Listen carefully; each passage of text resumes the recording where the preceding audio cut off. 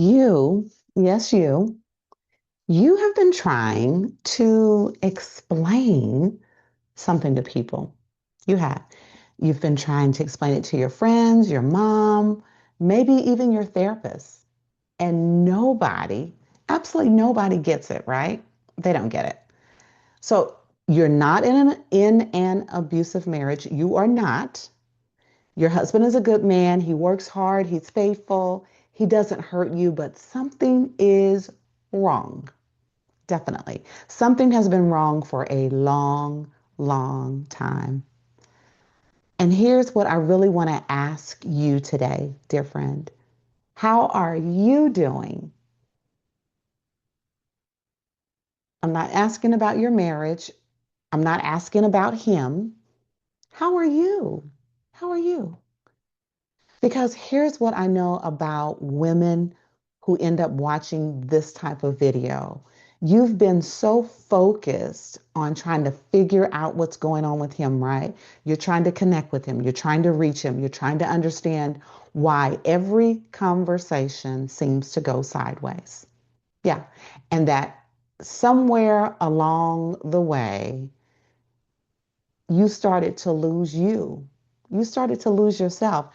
And maybe you've started to wonder, um, if you're the one who's falling apart, if you're the one who's crazy, right?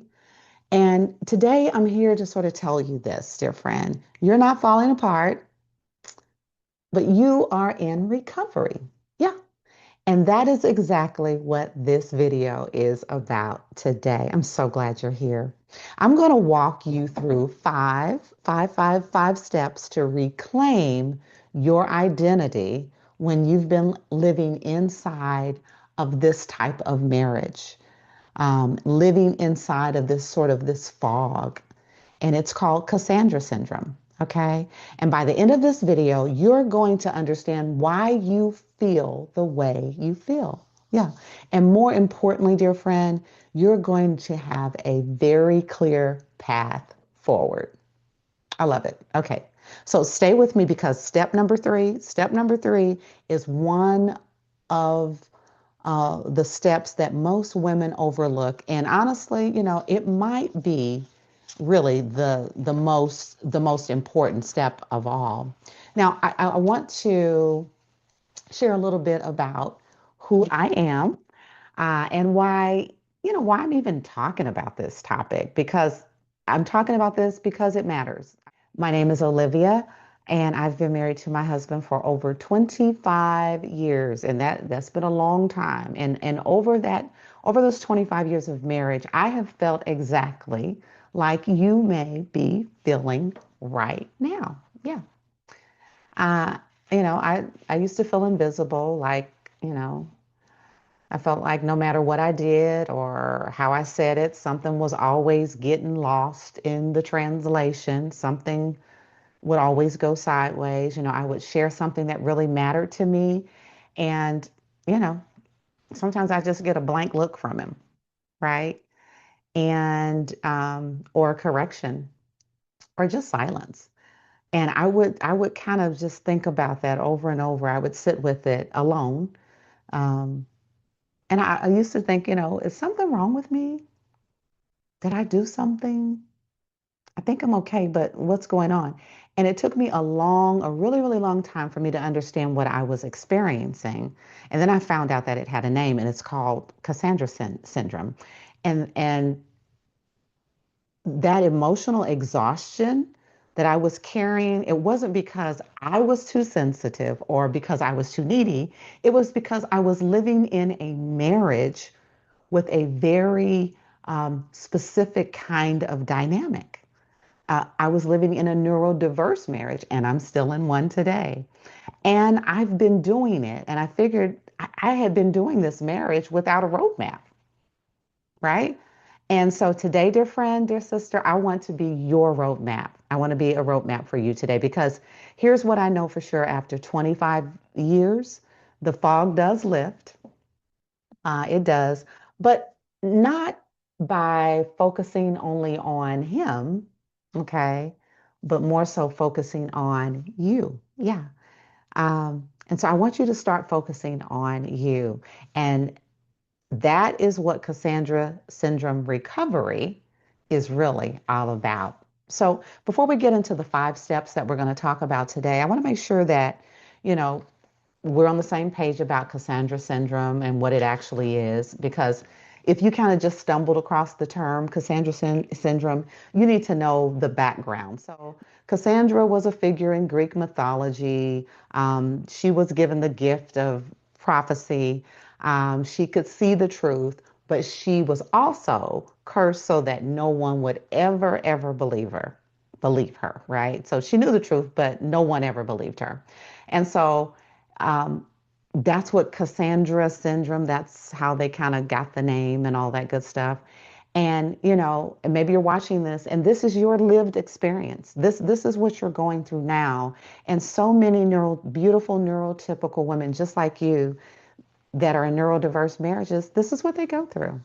And you see what's happening in your home. You do.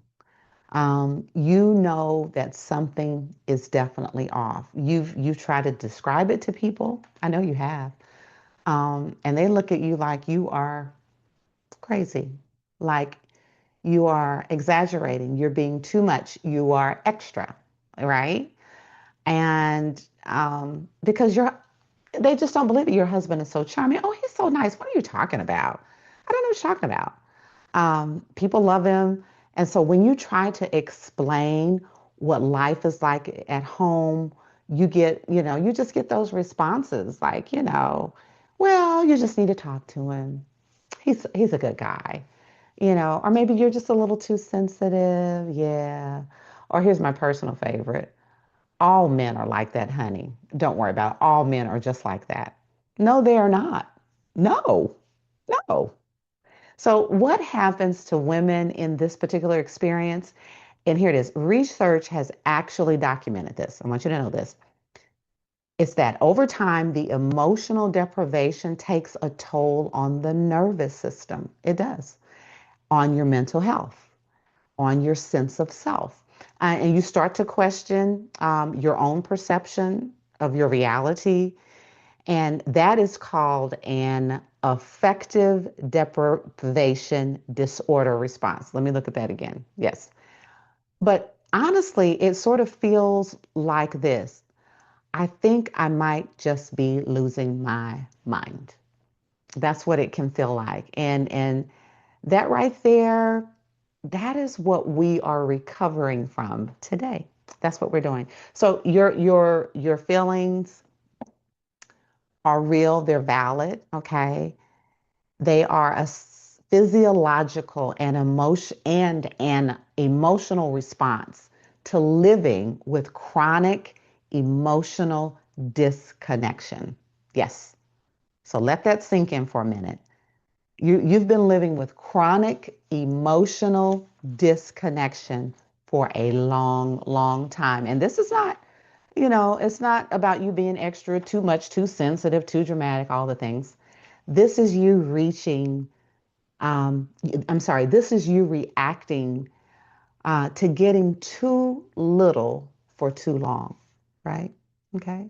So let's get into the 5 steps. And I want to be really real with you. These are not a quick fix.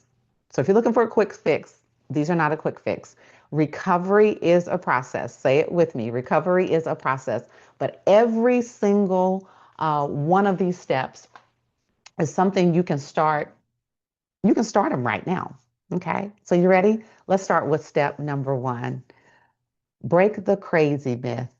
Get outside validation, okay? Break that crazy myth. The very first thing you need to do is stop relying solely on the people inside your life to validate your experience. Stop relying on them. And so this is what I mean. So when you're living in a neurodiverse marriage, dear friend, especially when there's no diagnosis, your husband hasn't been diagnosed, the people around you, most of the time, they can't see what you see. Your husband functions well in public, right? When they're around, he's really pleasant. He holds down a job, he shows up. And so when you try to describe the emotional reality that you're living in, inside your home, they just kind of look like you, like, or they just give you a gentle suggestion. Oh, sweetheart, maybe you just need to work on your communication skills. Yeah. Okay. And every time that happens, every time somebody says something like that to you, and every time someone doesn't really quite believe what you're telling them, it sort of starts to chip away at your confidence, right? In your own reality. Yeah, it does. So step one is this: find outside voices, find people um, that tell the truth about what this experience is. And I'm one of those people, by the way. Hello, hello. And maybe it's a video, like I said, like this one, right? Maybe it's a book. I actually wrote a book called You're Not Crazy, He's Autistic. And the title is really intentional because so many women tell me that reading it, it was the first time they thought, well, wait a minute, I'm not imagining this. Maybe it's a community of women who get it. Maybe there's other women out here that are going through the same thing I'm going through. And so, whatever it is, you need to hear from sources or women outside of your immediate family or friendship circle that are experiencing what you're experiencing, right? To validate what you're going through. And so that you know for certain that I'm not making this up. And there are people who are going through it too. So, because once you stop questioning your own reality, dear friend, recovery can actually begin. Okay. All right. So let's go on to step number 2. Establish emotional boundaries. Stop chasing. Okay. So this one is hard. I'm going to be upfront with you about that. Step 2 is stop chasing him for the emotional needs. He is not, hear me, he is not wired to meet. He can't meet your emotional needs. Mm-mm. Now, before you turn the video off, don't do that, please. I want you to hear me. This is not about giving up on your marriage. That's not what I'm doing. No, I've been married for over 25 years. I'm still going strong. Okay.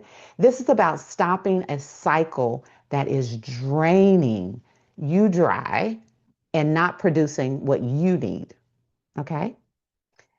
Think about what it costs every time you try to have a deep emotional conversation and you hit that wall, right? It goes sideways. Think about what it costs you when you share something vulnerable and you get a lecture in response. Think about that cost. Or that look, that deer in the headlights look, where you can see him just like checking out. He's gone. He's not listening, right? That costs you something. And every time that happens, you go back for more, hoping that this time will be different. You are spending energy, my friend, that you cannot afford. It's too pricey, right? And, I want to kind of reframe it for you. I want to offer you this. His shutdown is not a reflection of your worth. Hear me. It's not a reflection of your worth. It is a limit of his wiring, of his capacity. I want you to read. I want you to hear me say that again. It's him. It's about his limited capacity. His shutdown is not a reflection of your worth. And when you really begin to internalize that, dear friend, when it goes from something you know in your head to something you feel in your body, you can start to stop waiting for his permission to be okay. Rewind that if you have to. Okay. Basically, he can't be your all in all. He can't be your emotional all in all.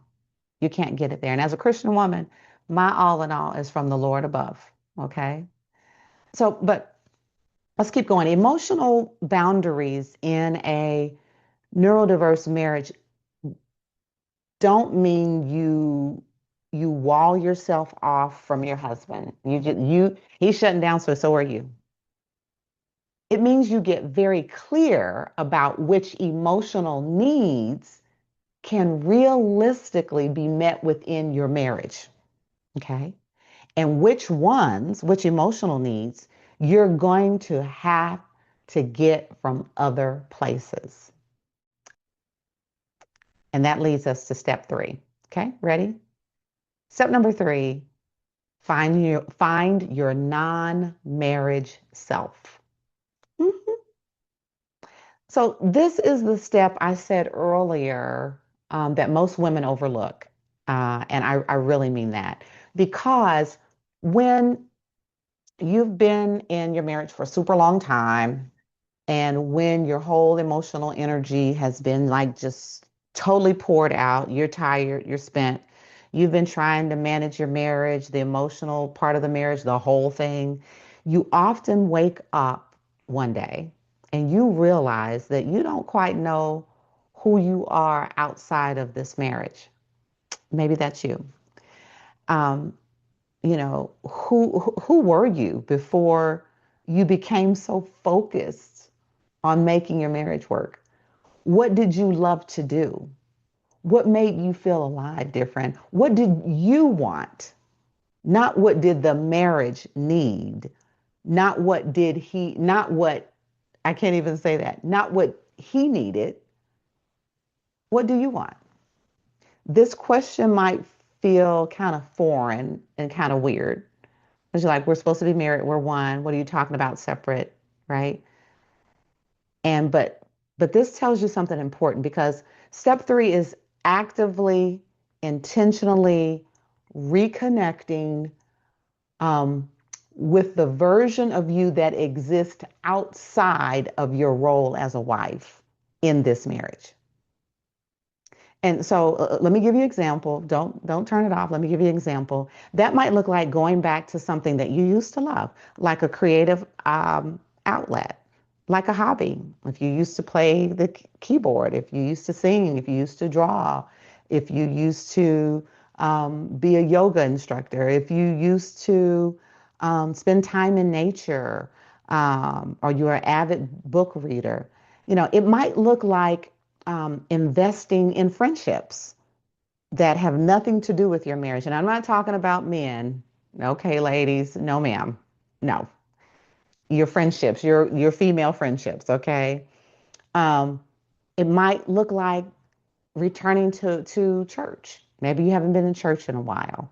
Returning to that faith community, right? Or a small group, joining a small group, right?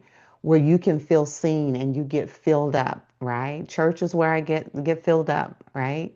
I have friends and family where I get my cup filled, right? Outside of my marriage. And it might even look like, taking a trip, taking a girls' trip. I do that with my cousins, and I have some very special friends. All of them are ladies, of course, and we have the best time. We have the best time. You should try it for sure. And I say this to someone who has, you know, um, I don't know, someone who carries shame, um, that is wrapped in religious language. I should be more patient. I should pray more. I should submit more graciously to my husband. I want to say this to you, dear sister. Grace is not just something you're supposed to offer your husband. Grace is something you're allowed to receive too. hmm Let me tell you that again. Grace is something you're allowed to receive. So God's compassion for you it's not conditional on how perfectly you have navigated your hard marriage. It's not. And when you start to extend yourself, even a fraction, even a little, when you start to give a little of that compassion to yourself, as easily as you give to others, something begins to shift inside of you.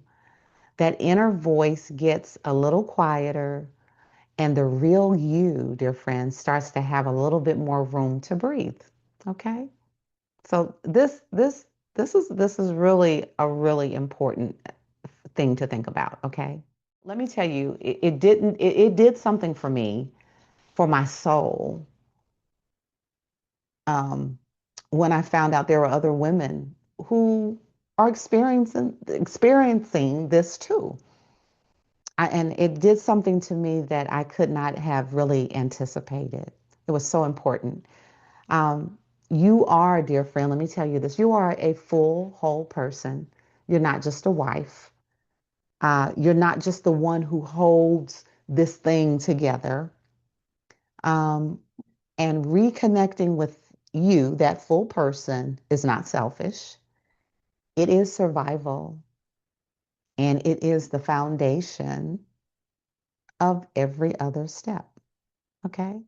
Step 4 is about what happens inside your own head. So, step 4 is radical self compassion, change in the inner dialogue. Okay. So, because here's what I hear from women. Okay. Here's what I hear from women all the time. I feel like I'm failing as a wife. That's what I hear a lot. I should be better at this by now. Is that you? Is that what you say?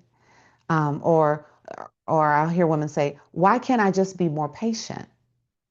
What's wrong with me? That inner dialogue, dear friend, that relentless, that self criticism is not the truth. So stop listening to that stuff in your head. It's not good. Um, and, it probably feels like the truth, when you've been living in chronic emotional disconnection for years, it may feel like the truth.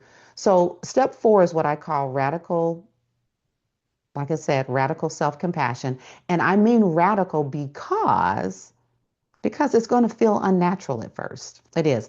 It is shifting the story you tell yourself. The story like I'm failing as a wife. I'm such a failure. Um, it changes that narrative to I am navigating one of the most complex marriage dynamics that exists. That's what I'm doing. And I am doing it with more grace than I give myself credit for. That's what you should be saying. That's what you should practice. That's the inner dialogue that should be going on because you show up. I know you do. You're here. I know you do. You stay, you still in the marriage, you keep trying, and that's not weakness by any stretch of the imagination. That is extraordinary strength, my dear friend. I'm telling you, you are a strong woman. That you are. So let's keep going. Let's keep going. And here we are at step 5. Build your support tribe. Um, step 5, I believe, sort of holds all of the other steps together. Um, and it's about community. Yeah. You cannot do this alone, dear friend. You were not designed to do this alone. And I just don't mean in, joining any kind of community. I mean people who actually get this. Women who don't need you to explain what it's like when he shuts down mid conversation. Women who already know what it feels like to, work really super hard at communicating and still feel unheard, still feel unseen. Women who understand that particular pain, that ache of loving somebody who has such a hard time showing his emotions, such a hard time, um, and just showing that emotional reciprocity. When you find that kind of room, those kind of women, even in a virtual room, when you find women who get it, something happens that is hard to really describe. Um, the loneliness begins to lift. You stop feeling like, you have to defend or explain your experience. You can just rest and just know that you're not alone. Yeah, that is so important. That is so, so important. And having a real support, having a tribe, a community of women, it changes everything. And it's not a luxury, dear friend, in this journey. It is a lifeline, it is a necessity. So, okay. Now, if everything I've shared with you, dear friend, today is resonating with you, if you are sitting there and you're thinking, Olivia, this you have shared my life. You have wrote my story. Somebody must have been telling you about me and my husband, right? This is what I've been going through. I've been struggling, Olivia. This is what I want to tell you. I want to make sure that you just don't walk away from this particular video without something tangible to hold on to. And so I created a free resource, and it's called the neurodiverse marriage blueprint quiz. That was a mouthful.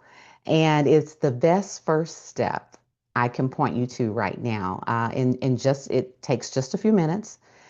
It'll help you get clear on um, exactly what's happening in your marriage. Okay. And where you need the most support. Because here's the thing, not every neurodiverse marriage looks the same. It just doesn't. And not every woman is at the same place in her journey. And this quiz is going to help you figure out what your next step actually is. And so I'm going to leave the link. It's going to be right below the video here. It's completely free and it's waiting for you whenever you're ready. Okay. So before I let you go today, I want to say one more thing. And I mean this from the very bottom of my heart, dear sister. If you felt crazy in your marriage, if you have, you are not crazy. I'm just going to tell you, you are not. You are dealing with Cassandra syndrome. You have been seeing the truth in a situation where the truth has been very hard for people around you to understand or for them to even see. And that has cost you something real. It really has. But recovery is possible. It is. I'm telling you.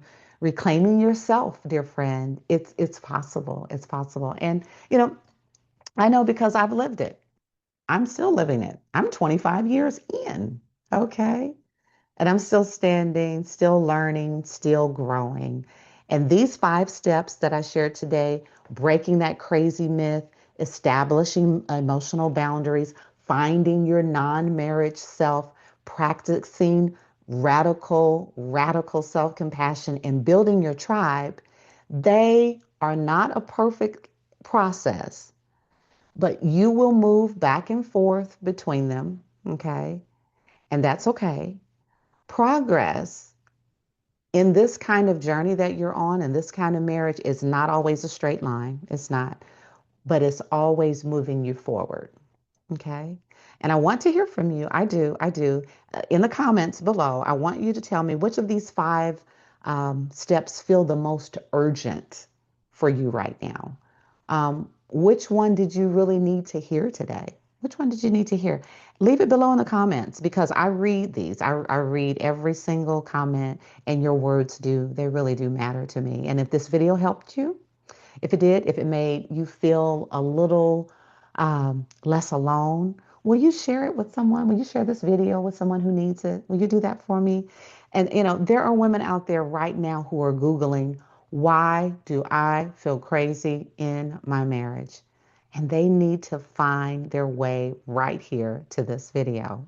And by the way, please subscribe if you haven't already. It helps the video. It helps this channel. And I make content like this every week for women, beautiful, amazing, strong women just like you. I want women to have a place to come to when you just need this type of space.